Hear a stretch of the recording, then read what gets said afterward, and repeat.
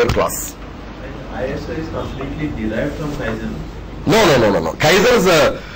Kaizen is basically it's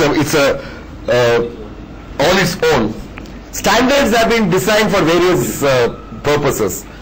But Kaizen would be the best preferred practice to follow. No, not necessarily. Kaizen is only a part of the whole process. See, what is Kaizen? Kaizen is nothing but improvement. Unless you have defined a process per se at the beginning, how are you going to think on that process? Unless you know what you want to do, you cannot improve. You follow? So you have to know what you want to do first. Once you put that in place, once you start doing it, only then you start observing the so-called little niggles and try to make it better. When you start finding that niggle, at that time is our time when you start thinking for a Kaizen. Let us improve this process. For myself, I want to work a little bit more comfortable. I want to get something out of it. There it helps. Kaizen has got nothing to do with no. Kaizen and Gemba. See, when I say workplace to be clean, obviously even if you go home, you keep your room clean, no? You don't like to keep it dirty. If you keep your room dirty at home, you'll keep your room dirty in the office also. Very sure. That happens.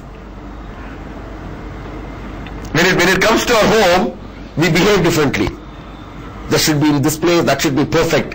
And look, Gemba is one of the most important places. Why I'm using the word Gemba again and again is because this is the area where you are sitting most of the time of the day. Don't you want that place to be? The ambience of the place to be good for you to work better. Throughput, as they call it as. Anyways, thanks a lot for spending time with me for the last 2.25 hours or so.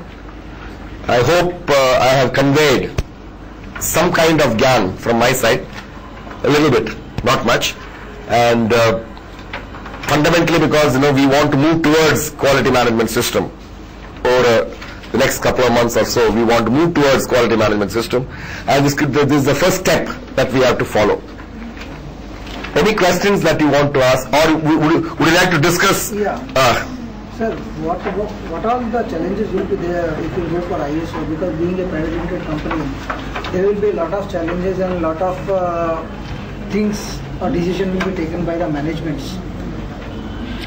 No, so see. What will be the challenges for us in that present scenario if you go for ISO? Because we are going for betterment. It Correct. will not come in a negative way to us.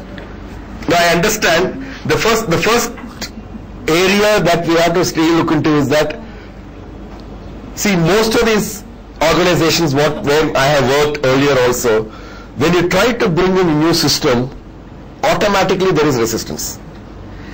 The first thing that comes out is that this will not work for us. This is a starter. The negative start point for any human being in any organization, what I found is that anything new try to implement. It is not that ISO. Anything new you put, the first response is that it will not work. But when we start implementing a project with proper knowledge sharing with the employees of the organization, start moving forward, the problems can be minimized. Hiccups are going to be there in any process that we are going to change. See, another thing we have to also observe is that we are not going to change the entirety. We are not going to change, from this side we are going to put it that side. No, it's not that. We are going to shift the existing pattern to a more palatable, number one. Number two, systematic. Number three, process oriented. That's all. If I am doing things 1, 4, 3, 8, 7, I am going to make it as 1, 3, 4, 7, 8. I am going to put it in a specific order. That's exactly what the manual writing is going to be.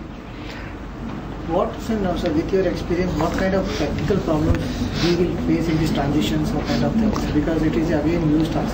The major problem that we will face is initial stages is that people normally do not keep track of reports.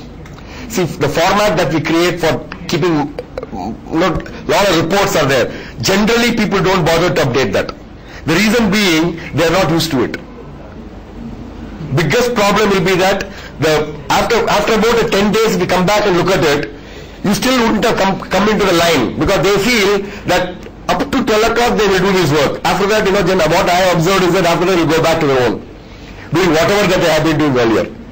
So it takes time, and it also takes a lot of, I'd say persuasive training, as we call it as, to make them understand that it is their job that they are doing. The first thing is that the majority of the situations, the problem happens when people start thinking that it is not there. The ownership. Moment they start getting their ownership, it starts. To improve the processes, to improve the work what we are doing, make it systematic, so that anybody comes or does the work, it is, it's not a new world for him.